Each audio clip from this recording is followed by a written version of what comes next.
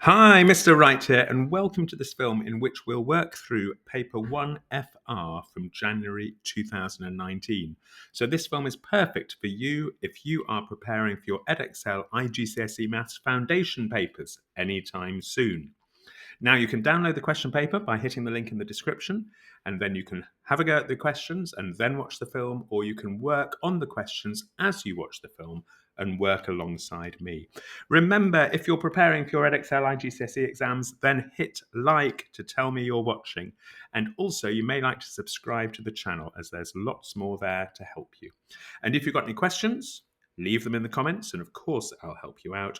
And if you've got any comments, let me know how you find the film. Leave me a comment in the comments, and of course, I'll respond. Right, let's get on with the maths.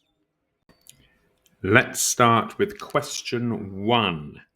Now, this looks like it might be a question about place value here and reading information from a table. Let's have a look. The table gives information about the lengths of 5 canals. Take a moment, make sure you understand what the table is telling you. Which of these canals has the least length? So I'm looking for the lowest number, and that's going to be Manchester Canal, because Manchester Canal is 58.3 kilometres long, and all the others are longer. The length of the Panama Canal is 77.1 kilometres. Write 77.1 correct to the nearest 10. Well, is it going to be 70 to the nearest 10 or 80 to the nearest 10? Because it's 77, it's going to be 80 kilometres to the nearest 10 kilometres. Now, the Kiel Canal was opened on June the 20th, 1985. How many years old was the canal on June the 20th in the year 2000? Let's see. We've got to go from 1895 all the way up to the year 2000. Well, it's going to go, I'm going to split this, and I'm going to go to 1900 and then up to 2000. And I've got a jump of 5 years here. It's 5 years old in 1900, and then another 100 years old there. So I reckon it was 105 years old in the year 2000 on June the 20th. And that is question 1 done. Question 2. This looks to me like it's a question about fractions and decimals and percentages.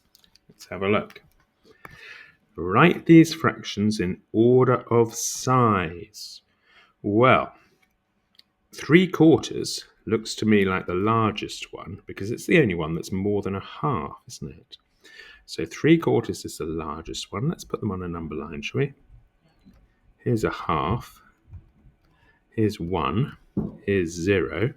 Here's 3/4. Right. Oh, I see. I've also got a half on the list. Well, that's there, isn't it? Now, a 1/6 and a 1/10. Now, which one's smaller? A 1/10 or a 1/6? Well, you could convert them to decimals on your calculator if you wanted to, if that helps you out. And with any luck, you'll see that a 1/10 is smaller than a 1/6. So if I put them in order, start with the smallest fraction. I'm going to say a 1/10, followed by a 1/6, followed by a half, followed by 3/4. Right, 1/4 is a decimal. You could do that on your calculator. 1 divided by 4 equals, and you'll get 0.25. 1/5 as a percentage. Well, 1/5 is what out of 100? Times the bottom by 20, so do the same to the top. A 1/5 is 20%. And work out 1, take away 5/8. You could do that on your calculator as well. There are 8/8 in a whole, so if you take away 5/8, you're left with 3/8. And that's question 2. Let's move ahead and look at question 3. Question 3 looks to me like a question about circles and angles. Here is a circle centre O. Measure the radius of the circle. Give your answer in centimetres. Now, how annoying. I haven't got the mark scheme in front of me, so And I can't obviously see on the screen how long it is, but you should measure that length there. That green length is the radius, and give your answer in centimetres. I can't tell you the answer to that one, I'm afraid. The point Q is 2 centimetres from O. Okay. The angle between OP, here's OP, and OQ is a right angle. Mark with a cross the possible position of the point Q. Well, if you start with OP, now you know that OQ is a right angle, so it's going to be up here. Or alternatively, it could be a right angle. Could be a right angle down here, right? So it's either going to be on the red or the green line, and it has to be 2 centimeters away from the point O. Now, I don't know where that is because I haven't got a ruler, but either it's 2 centimeters up here or it's 2 centimeters down there, but maybe that's on the circle, maybe it's beyond the circle, or maybe it's inside the circle. I don't know, I'm afraid. Not a very useful run-through of question 3. Question 4. A question about interpreting a bar chart. Let's have a look. The bar chart gives information about the volume of fresh water made per day from seawater in each of 4 countries. So that's interesting. So I've got Saudi Arabia, UAE, Spain, Kuwait, and Qatar, which isn't filled in. And they all make fresh water from seawater every day. And this, the y-axis, tells me how much, the volume of fresh water they make per day. Oh, and that's in million cubic meters. Write down the volume of fresh water made per day from seawater in Saudi Arabia. Well, let's have a look. So here's Saudi Arabia. That's their volume, right? Now, what is that? It's not 9, is it? It's not 9.5. Now, what should each of these cut into here? Do you see how that's cut into fifths? So it's going to be 9.2, 9.4, 9.6, 9.8, 10. So that black line there is going to be 9.2 million cubic meters. So the answer is 9.2. More fresh water was made per day from seawater in the UAE than was made in Spain. How much more? Well, let's have a look. Now, here's UAE. They make 8.4, right? 8.4 million cubic meters. What was the other one we had to do? Spain. Here's Spain. That's 3.8. So how much more was made in one than the other? It's going to be 8.4 minus 3.8 to work out how much more. I'm going to do that on my calculator. 8.4 minus 3.8 gives me 4.6 million cubic meters more. 1.7 million cubic meters was made in Qatar. Draw the bar chart. So we have to draw a bar that goes up to 1.7, right? Well, this would be up to 1. 1.2, 1.3, 1.4. Sorry, that's absolute rubbish. Try again. Here's 1. 1.2, 1.4, 1.6, 1.8. Where would 1.7 be? Be halfway between. So it's going to be here. There's my bar for Qatar. Okay, and it's going to be that high, going up halfway between those two. And is that the end of number 4? That's the end of question 4. Question 5 is a question about factors and multiples and prime numbers. Let's have a look. Here is a list of numbers. Okay, 12, 14, 15, 16, 18, 20, 22, 24. Which number in the list is a multiple of both 6 and 9? So which number is in your 6 times table and your 9 times table? Well, the answer is 18. Are there any other possibilities? There aren't any other possibilities, just 18. 2 numbers on the list are factors of 90. Remember, factors fit in. Which 2 numbers would divide into 90? Well, you can always do some trial and error on your calculator, but if, for instance, you try 90 divided by 15, you'll see that goes in 6 times. So 15 most certainly is a factor of 90 because it fits into 90. And what other number there is a factor of 90? I'm going to try 90 divided by 18, and yes, that goes in 5 times. So those are the two numbers which fit into 90. I had to do some calculator trying out there. Write down two numbers in the list that have a sum, that's a total, that's a prime number. Crikey. So I've got to end up with a prime number, and I've got to add two numbers on this list. Now, the trouble is, or one thing that might be worth spotting is if, for instance, you do 12 and 14, you end up with an even number when you add those up, don't you? 12 and 14 is 26. Well, an even number isn't going to be a prime. So we need to end up with an odd number at least. So one of our numbers has to be 15, this odd number. Okay, now if we were to try perhaps 12 plus 15, then we're going to get 27. That's not a prime because 9 and 3 go in. I suppose you could just keep on going, couldn't you? Let's try 14 and 15, shall we? What's 14 and 15 add up to? 29. That would be a prime.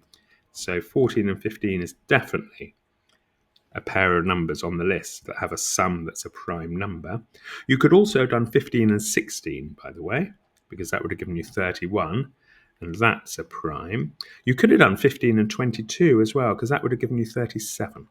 But those are your only possibilities. And that's question 5 done. Question 6. Question 6 looks like a question about coordinates on an axis. Write down the coordinates of B. Well, that's 6, 2, because it's 6 along and 2 up. There it is, that's B. On the grid, mark with a cross, I'll do this in a red cross, the point with coordinates 4, minus 1. 4 along, 1 down. There it is. Label this point D. Remember to do that. You don't want to lose a mark just for not labeling. What sort of triangle is ABC? Well, that triangle has got a line of symmetry there, hasn't it? It's an isosceles triangle. Isosceles. Find the coordinates at the midpoint of the line AC. Well, this is AC, so we have to find the point that's in the middle of that line. It's going to be that point there. That's the point that splits AC into 2. What are the coordinates of that point? Well, it's 3 along and 4.5 or 4.5 up. So 3, 4.5. Let's move on. Question 7 looks like a question which has got a money problem to sort out, which involves percentages. Let's have a look. We've got dad and mum, 2 children going on a train journey. The adult ticket is 53.5 euros. The cost of a child ticket is 60% of the cost of the adult. So the child ticket is 60%. So 0.60 of the adult. So that's how I'm going to work out the child ticket. 0.60 times 53.5. So a child ticket is 32.10 euros. Now, we are buying 2 adult tickets and 2 children tickets. Right, let's work out what that would be, shall we? 2 adults, 53.50, 53.50. 2 children, 33.10, 32.10. I wonder how much that'll be. Let's have a look. 53.5 plus 53.5 plus 32.1 plus 32.1. 171 euros 20. He pays with 2 100 euro notes. So he pays 200 euros. So how much change would he get? Well, I'm going to do 200 minus the cost of the tickets. Gives me an answer of 28 euros 80 change. And that's question 7. Let's have a look at question 8. Question 8 looks like a question on algebra. 8a, we have to simplify this. We have to tidy it up. We have to collect together like terms. I've got 5 x's. Are there any more x's? There's another minus an x. So altogether, 4 x's. I've got 4 y's, and then I've got another minus y. So altogether, plus 3 y's. And that's 8a. 8b. 2t plus 3 equals 12. I'm going to do this by floating and pinging. I'm going to float and ping that, so it becomes a minus 3, doesn't it? So 2t will be 12 minus 3 is 9. And now I'm going to escalate the 2 down, so that t is 9 over 2. That would be okay as your answer, or you can write 4.5. And that's question 8 finished. Question 9. This looks like a question about patterns and sequences. Let's have a look. There is a sequence of patterns made from white and black counters. Oh, look, pattern 1, pattern 2. That's a bit, I'm trying to see how it works. And pattern 3. Okay, now remember you've got lots of time in this paper, so we really do have to figure out what's going on here. I see that's pattern 1, and look, there's pattern 1, and it's had those added on. And then look, here is pattern 2 hidden in pattern 3, right? And pattern 3 is pattern 2 with those added on. Oh, I see. So each time we get the previous one and we add on 2 counters at the end, but the counters we add on at the end are the different colour. Does that make any sense? So look at this. It says in the space below, complete pattern 4. They've already drawn pattern 3, so we need to make that into pattern 4. So what we're going to do is we're going to add on a black counter onto each end. Find the total number of counters in pattern 6. Okay, well, in pattern 1, in pattern 2, in pattern 3, in pattern 4, in pattern 5, in pattern 6. Total number of counters in pattern 1. Total. 3. Total number of counters in pattern 2. 5. Total number of counters in pattern 3. I'm just counting them. 1, 2, 3, 4, 5, 6, 7. Good. And in pattern 4, there are 9. And I can check that by counting my pattern 4. So look, it's going up by 2 each time, isn't it? So 11 in pattern 5, 13 in pattern 6, total in pattern 6, 13. Work out the number of black counters in pattern number 14. Okay, let's see if we can find the pattern here. So pattern 1, pattern 2, pattern 3, pattern 4, pattern 5, pattern 6, pattern 7, pattern 8, pattern 9, pattern 10, pattern 11, pattern 12, pattern 13, pattern 14. The number of black counters in pattern 1 is 1. Number of black counters in pattern 2 is 3. Number of black counters in pattern 3 is still 3. Number of black counters in pattern 4, I'm counting them from here, 1, 2, 3, 4, 5. Oh, now when you do pattern 5, you're just going to add on white counters, aren't you? So that'll be 5. And then it'll be 7 and 7. And then it'll be, what's going on here? We're adding 2, aren't we? 9 and 9. Then 11 and 11. Then 12 and 12. So then 13, look. 13, I reckon. That was quite tricky to work that out. The total number of counters in pattern 50. So we're back to the total number of counters. Let's write down what we know. 1, 2, 3, 4, 5. And the total number of counters went 3, 5, 7, 9, 11. What's the formula here? If I call this n for the number of counters, do you see it's going up in 2, so it's going to be 2n, and the first term is 3, so the formula is 2n plus 1. So pattern number 50, 2 times 50 plus 1, 101. And that is quite a complicated question 9, especially when we had to use the nth term for part D. I suppose you could just have written a long list for part D, but it would have taken you quite a long time. Let's have a look at question 10. Question 10, probability. Let's have a look. There are 20 beads in a box. 7 are red, 11 are green, the rest are yellow. Let's work out what the rest is. 7 and 11 is 18, so the rest is yellow. There are 2 yellow, aren't there? Jan takes at random a bead from the box, right? Then probably she takes a red bead. Well, 7 of them are red out of 20, and that's already cancelled down, but you could check it on your calculator. Find the probability she takes a red or a yellow. Well, 7 are red and 2 are yellow. So 9 of them are red or yellow. So it's going to be 9 out of 20. And again, that's already cancelled down, but you could check it on your calculator. There are 26 counters in a bag. 5 are pink, 10 are blue, and the rest are white. How many are white then? That's 15, which are pink or blue, so 11 are white. Jan puts some more pink counters into the bag. Gosh, so now she's going to have 5 plus something pink.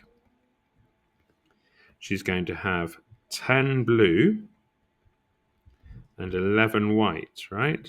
And I don't know how many she adds in, how many pink.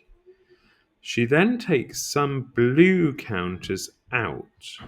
Okay, it's going to be 10 minus something, isn't it? Blue. After that, she's done this. There are still 26. Oh, okay. So if she puts in however many pink she puts in, she takes out the same number of blue, right? And then it says that she takes a random counter from the bag, and the probability it's pink is a half. So when she's finished putting some in and taking the same number out, half of them are pink. So there are 26 counters in the bag, aren't there, when she's finished? And 13 must be pink, half of the 26, right? So if she started with 5 pink, how many must she have added in? Because at the end there are 18. So she must have added in 8 pink, mustn't she?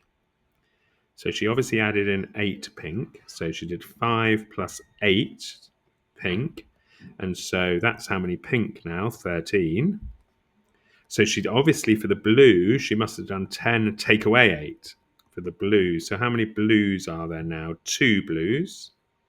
Oh, wait a minute. What's the probability she takes a blue counter? Well, there are 2 blues out of the 26, right? So that's going to be 2 out of 26, which you can cancel to 1 out of 13. That was a good question. Okay. Have a look through it. Perhaps watch again. Make sure you're okay with it. Leave me a question in the comments if you want a hand. Let's move on to question 11. Transformations. Let's have a look.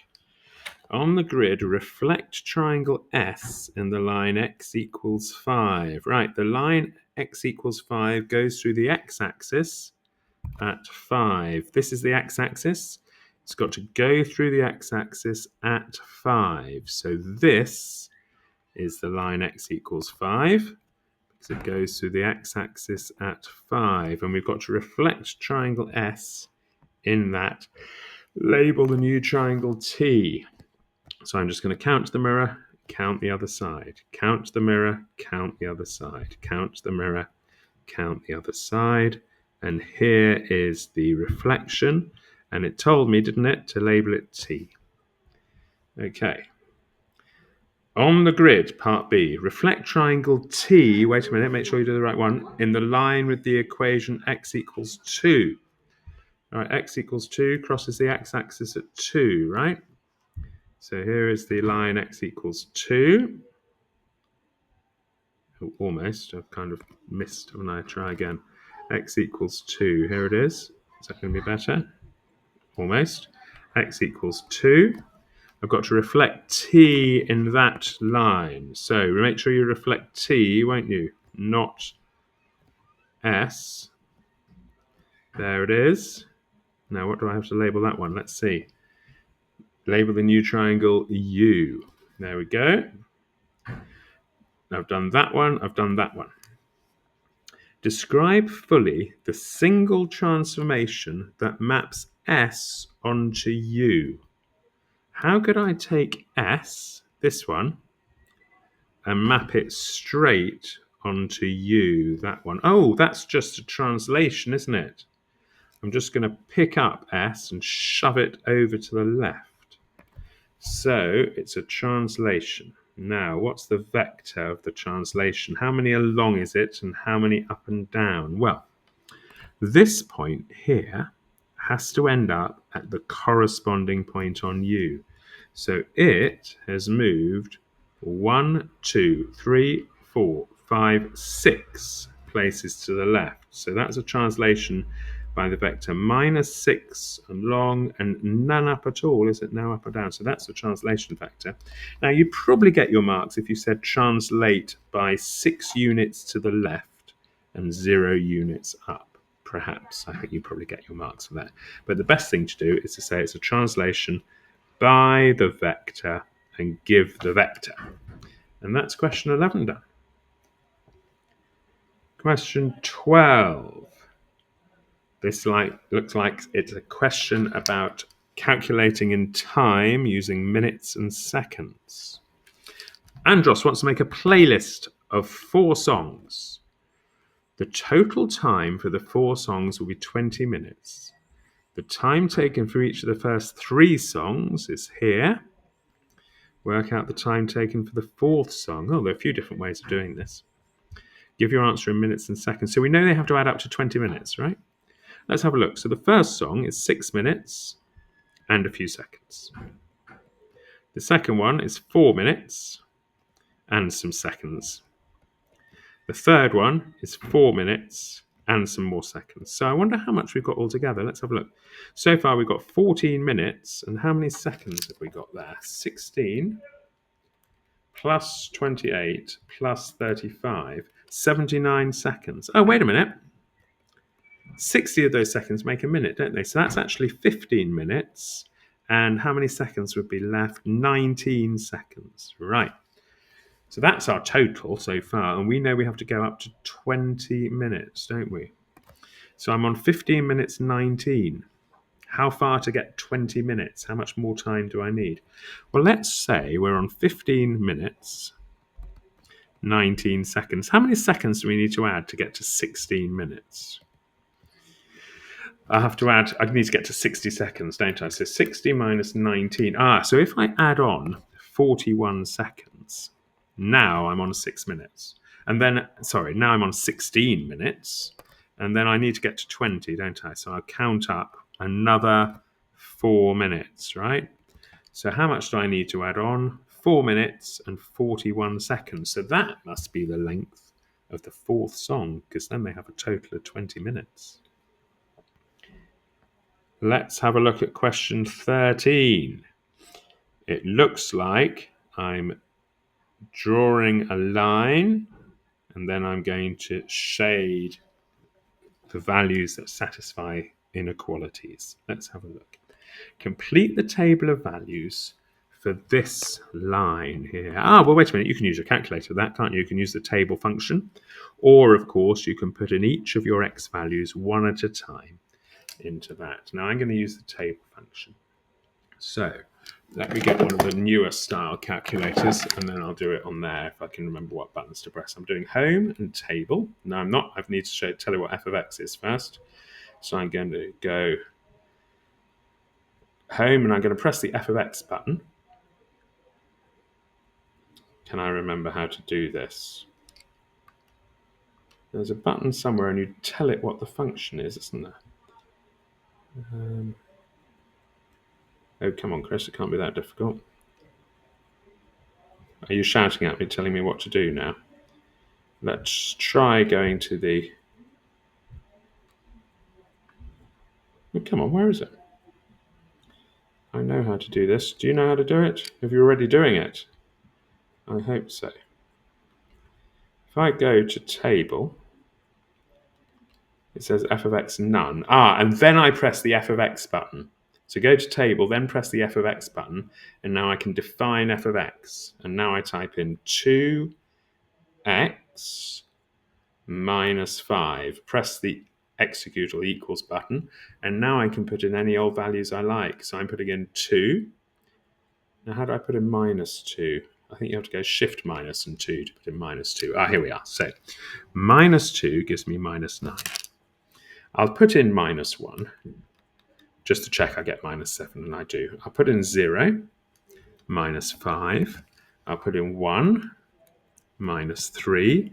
I'll put in 2 just to check. I do get minus 1. I'll put in 3 just to check. I do get 1. I'll put in 4, and I get 3. And now it wants me to draw the graph, so I can just plot these points, can't I? Oh, look out. Different scale on the x than there is on the y, so don't mess it up. First one, minus 2, minus 9. Minus 2, minus 9. Minus 1, minus 7. 0, minus 5. 1 along, minus 3. 2 along, minus 1. 3 along, 1 up. 4 along, 3 up. I'm pleased it's a straight line because I was expecting that. And will it let me draw a straight line? Yes, it will. There we are. Done it. Mark with a cross a point on the grid that has coordinates satisfying that x has to be less than 2. Well, here's x equals 2. So if x has got to be less than 2, it'll have to be on the left of that line. And y has to be greater than 2x minus 5. So it'll have to be above the green line. So you can put a cross on any point which is over here. Has to be above the green and to the left of the black. And that is question 13 done. Question 14. This is a question about using your calculator. So I'm going to do the square root on my calculator, and then underneath the square root I'm going to type 64 times 36. And I get the answer 48. And then 11 to the power of 4, as long as you know how to do something to the power of something on your calculator, probably that button, you can press 11, you can input 11 to the power of 4 and get your answer. That's 2 marks for question 14. Question 15. This looks like a question about volume. A fish tank is in the shape of a cuboid. There you are. Jonah wants to keep 20 fish in the fish tank, and he knows he must have 9 litres of water for each fish. Right, so he's going to need 20 times 9. He's going to need 180 litres of water, isn't he, for his 9 fish? Now, we're working in centimetres here, aren't we? So we're going to be working in cubic centimetres for volume. Now, 180 litres is 180,000 cubic centimetres. So that's what his volume has to be. So what's the depth of water going to have to be? Well, the water is 45 by 80, and then it's got to be something high, and we need that to give us a volume of 180,000. So that is 45 times 80 equals 3,600 times my height is 180,000. So I can just divide both sides by 3,600, or divide both sides by the area of the bottom, which is 3,600, divide the volume by the area of the bottom to tell me that the height must be 50 centimetres. It's tricky. Number 16. Look at this. I'm adding mixed numbers. So I'm going to go top heavy, common denominator, and then I'm going to do my addition. Top heavy. So let's start off just by writing this question. Now, top heavy, 1 2/3. 1 times 3 is 3, plus 2 is 5/3, plus 2 4s are 8, plus the 3 is 11 quarters. Thirds and quarters, I'm going to change them to twelfths, which means that I've multiplied this by 4, so I multiply that by 4. I've multiplied this by 3, so I multiply that by 3. 4 5s, 20, plus 11 3s are 33. So I've got 20 twelfths and 33 twelfths. That's 53 twelfths. Put that in my calculator. 53 divided by 12 equals, and then change it to a mixed number. That's either Shift S to D, or it's using the format button. And my calculator tells me that's 4 5 twelfths, which is, look, what I wanted it to be. That's question 16 done. Question 17 looks like a question about ratios. 60 children in a club. The ratio of girls to boys 3 to 1, which adds up to 4, of course. Now, wait a minute, I've got 60 children. So, what has I multiplied the 4 by here?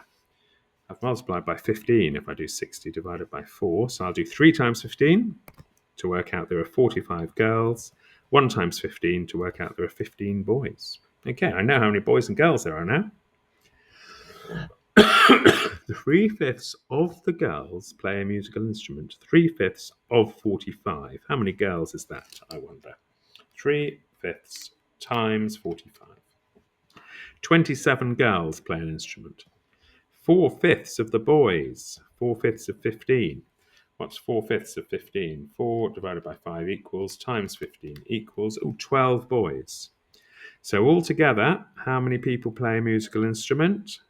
39. 27 girls and 12 boys. What fraction of the 60 children play a musical instrument?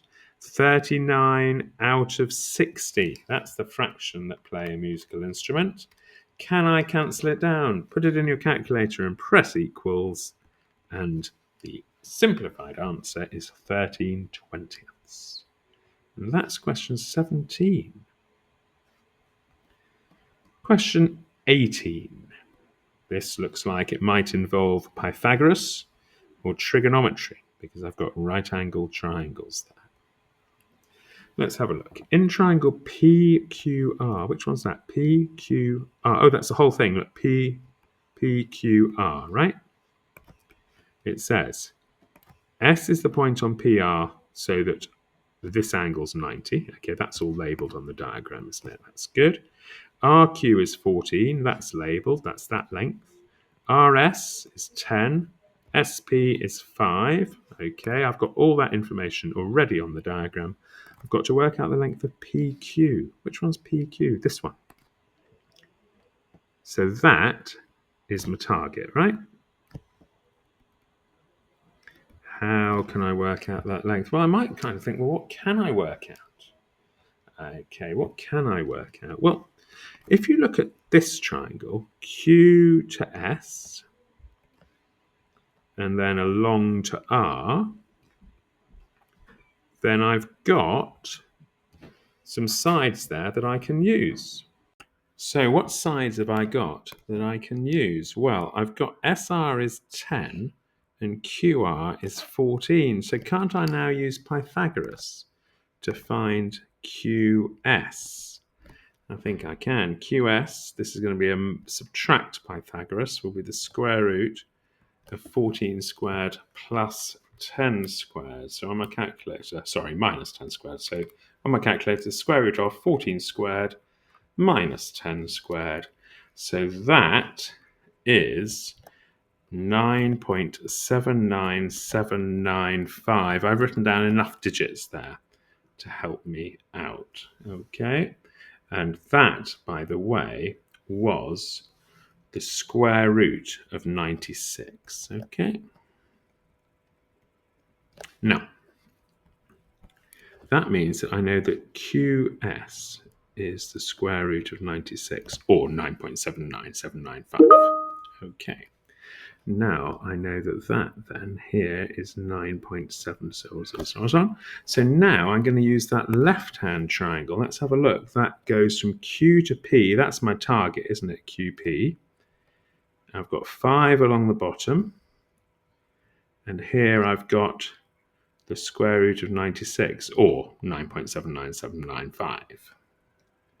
And this time I can find my target length there, because it's going to be, this time it says adding Pythagoras, it's going to be the square root of 5 squared plus 9.79 and so on squared. By the way, that is the square root of 25 plus, and I know what that is squared. It's going to be 96, isn't it? Back to 96.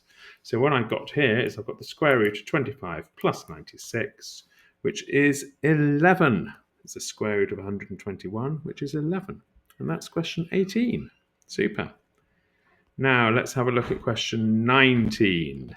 This looks like a question about range median to me. Let's have a look. We've got four numbers, A, B, and 40. And it says that A is the least number. 40 is the greatest number. Oh, so they're in numerical order. The range of the four numbers is 14. Doesn't that mean that the difference between those numbers is 14? So doesn't that mean that A is 40, take away 14? So A is 26. That's nice. So I found A. So that's 26, 26. Then B is something, and I've got 40. So now I've got 26, 26, B, and 40. Look at that. The median of the numbers is 30. So halfway between these middle numbers, because that's where the median is, would be 30, right? So what does that mean that B is? Well, 26 to 30, that's plus 4, so I've got to go 4 the other way. So B will be 34. So A is 26 and B is 34. And that's question 19 done. Question 20. This is distance, speed, time. Right, the train takes 8 minutes. Time equals 8 minutes to travel a distance of 30.5 kilometers. Work out the average speed of the train. Give your answer in kilometers per hour. Well, let's not worry about the kilometers per hour yet. We've got the time and the distance, and so we're going to work out the speed. So I'm going to remember that Dad is a saint. There we are. There's my distance, speed, time. Okay, and so I'm going to work out the speed. So I cover up the S. So speed is distance divided by time. So the speed is going to be the distance divided by the time. But do you see how in this case the time is in minutes? So if it goes 30.5 kilometers in 8 minutes, then what I've got now, 3.8125, is how many kilometers it goes in a minute. So I want to know how many kilometers it goes in an hour. So I'm going to times by 60 to get how many kilometers it is in an hour. And so my answer is 228.75. And that is how many kilometers per hour the train goes. Let's move on. Question 21. Right. This looks like a question about the degrees, the angles in a triangle. A question about the angles in a triangle. Let's have a look. In the diagram, all the angles are in degrees. RP equals RQ. Oh, look at that. RP and RQ, because it's an isosceles, isn't it? That's what it's saying. Wait a second. If it's an isosceles, that angle must be equal to that angle. Well, that's going to give me an equation, isn't it? 3x plus 10 must be equal to x plus 52. Right, I've got x's on both sides. See which side has the least and get rid of them. I'm going to minus x from both sides. It's going to give me 2x plus 10 equals 52. I can float and ping now. Float and ping the plus 10. So 2x will be 42. So x will be 42 divided by 2, 21. So now, what can I work out? Oh, I could work out the bottom angles next. Because this bottom angle here is x plus 52. So that's 21 plus 52, because x is 21, right? So that bottom angle is 73. And we know this bottom angle is the same. So why did I write 72? This bottom angle is the same. Now, how can I work out, find the value of y? How can I work out y? Oh, well, look. Y is going to be 180 degrees in the triangle, minus 73, minus 73, minus the two angles we know, right? 180 minus 73, minus 73. Y is going to be 34 degrees, that top angle. And that is question 21. Question 22. Looks like we're dealing with a scale model here. The diagram shows two water towers in Q8. Look at this. Let's have a quick look. Water tower A is 187 metres tall, and water tower B is a bit shorter, still pretty tall, 147 metres. The real height of tower A is 187. Yes, I know that. It tells me on the diagram. The real height of tower B is 147. Yes, I know that. Ahmed makes a scale model of both towers. Great. The height of tower A on the scale model is 90 centimetres. So 90 centimetres for the scale model is the equivalent of 187 metres. Okay. Work out the height of tower B. So what height would we need for the 147 metres? Well, what I'm going to do is I'm going to think, what's the relationship between the 90 and the 187? I wonder what that relationship is. It's not doubled, is it, 90 to 187? Because then if I could work out that relationship, then I could do the same relationship between the 147 and the mystery, and then I'd know what the mystery was, right? I wonder if I can work out what that's been times by. I know, I'm going to do 187 divided by 90. So that is times by 187 divided by 90. It's times by 187 over 90, right? So if I'm going to go the other way, I'm going to divide by 187 over 90. So what I'm going to do is I'm going to do 147 divided by 187 over 90 equals S to D, and I get 85.187 and so on. So to the nearest centimetre, 85 centimetres. So that's question 22, working out those scale factors. Question 23, simultaneous equations. Right. I always do these in the same way. I'm going to get the x's equal and then subtract. Now in this case, I've got 4 x's in the first equation, but 1 x in the second. So I'm going to multiply the second equation by 4. So let's copy down the first equation. 4x plus 2y equals 9. And now let's copy down the second equation, but times it by 4. 4x minus 16y equals 36. Now I said I'd subtract. I always get the x's equal and then subtract. So 4x minus 4x is nothing. That's why I'm subtracting them. 2y minus 16y. That's 18y, because minus minus is a plus. Equals 9 minus 36. I think I'll use my calculator to help me with that. Minus 27. Divide both sides by 18. Minus 27 divided by 18. And now I know that y is minus 1.5. Right, write down the top equation. You could write down either one, but I always write down the top one. 4x plus twice y, 2 times minus 1.5 is minus 3, equals 9. Floating the minus 3. 4x equals 9 plus 3 is 12. So x is going to equal 3. So here's my answer. X equals 3, y equals minus 1.5. And that's question 23. You're doing well. How many questions are there? 24, 25, there are a few more, 26, right, 24. Right, standard form.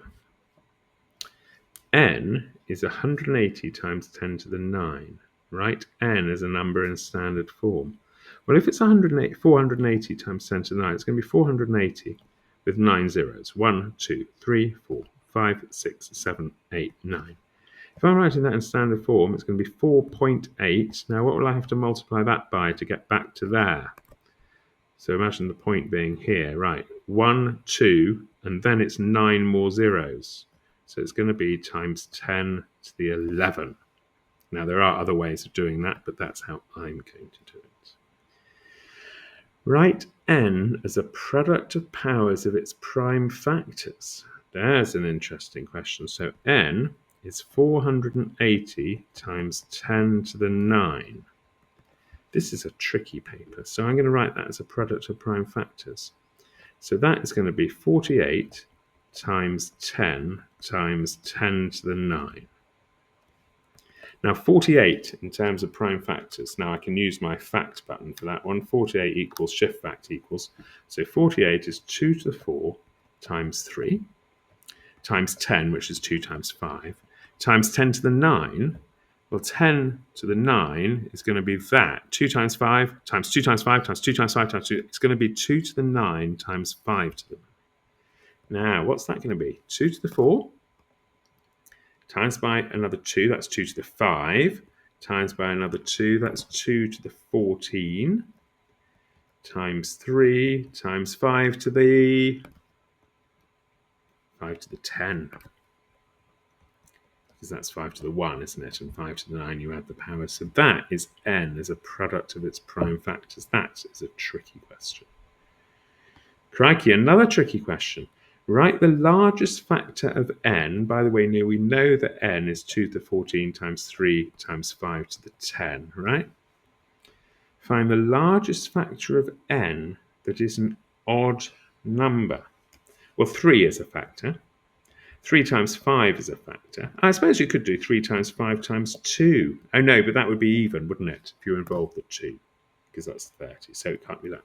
Could it be 3 times 5 and 10 times another 5? Is that an odd? 5 times 5 times 3. Yes, it's 75. Could you times it by another 5? Yes, you could. In fact, you could keep on timesing it by 5. So the largest number which is a factor, the largest factor of n which is an odd number, is 3 times 5 to the 10. 3 times 5 to the power of 10, which is 29696875. A tricky question. They do get tricky towards the end, don't they? Okay. At the end of this film, I'll tell you what the grade boundaries were, so you can see how many marks you'd need to get the grade you're after. 25. It looks like we're dealing with the areas of circles here. This is a problem involving the area of a circle. Right, the shape shown shaded in the diagram is a region between two semicircles. The diameter of the outer semicircle is 12. Okay, I can see that. And the shape has a constant thickness of 2. So wait a minute. So that means that that's 2 and that's 2. So this bit here must be 12 minus 2 must be 8. Okay, calculate the area of the shape. Well, what I'm going to do is I'm going to calculate the area of this whole semicircle. And from that, I'm going to subtract the area of that semicircle, which is going to leave me with the shaded bit. So let's first of all do the area of the whole semicircle. That's this bit, right?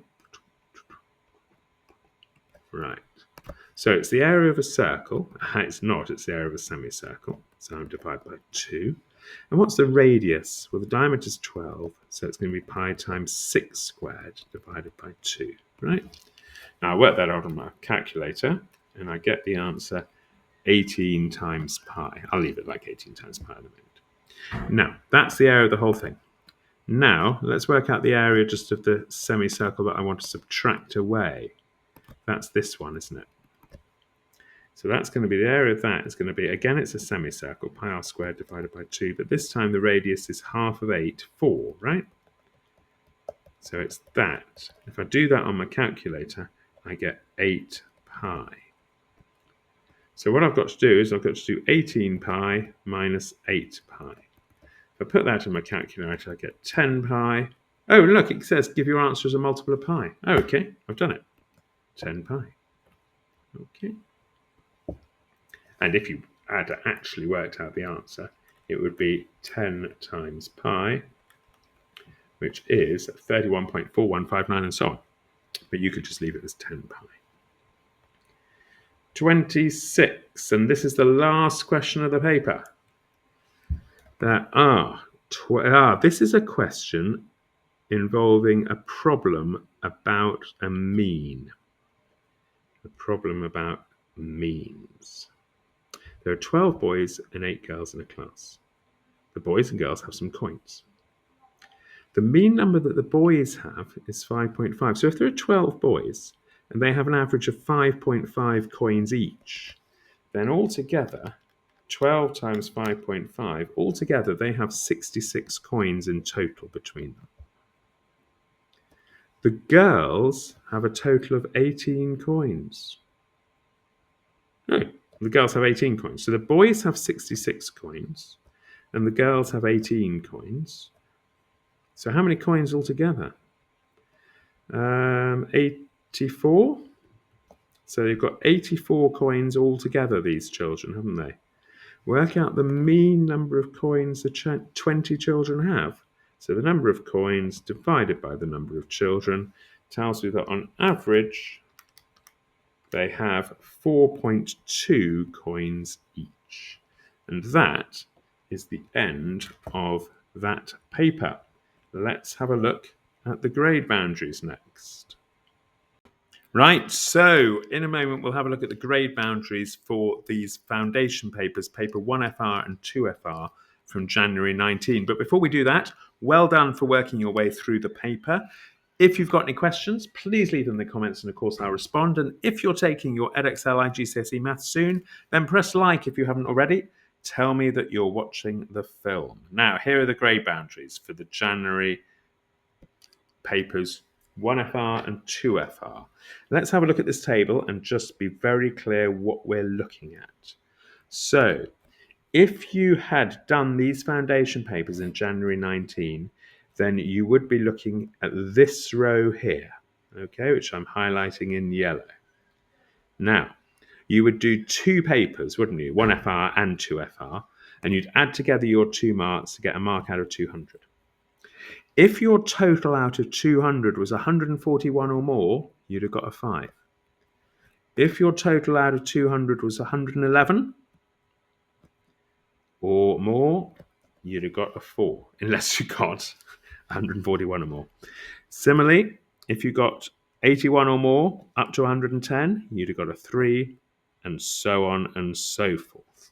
So if you're going for a 4, you would have needed in January 19 a total of 111, which means that on each paper, if you scored, what's 112 divided by 2? If you scored 56 and 56, then you got 112 and you would have got your grade 4. So if you got over 56 on this paper, then well done, because if you do the same on paper 2FR, you're heading for your 4. And if you got over 71 on this paper, then well done, because if you got 71 on the first and 71 on the second, you would have got 142, and that would have got you your 5. Right. Thanks for watching. See you in the next film.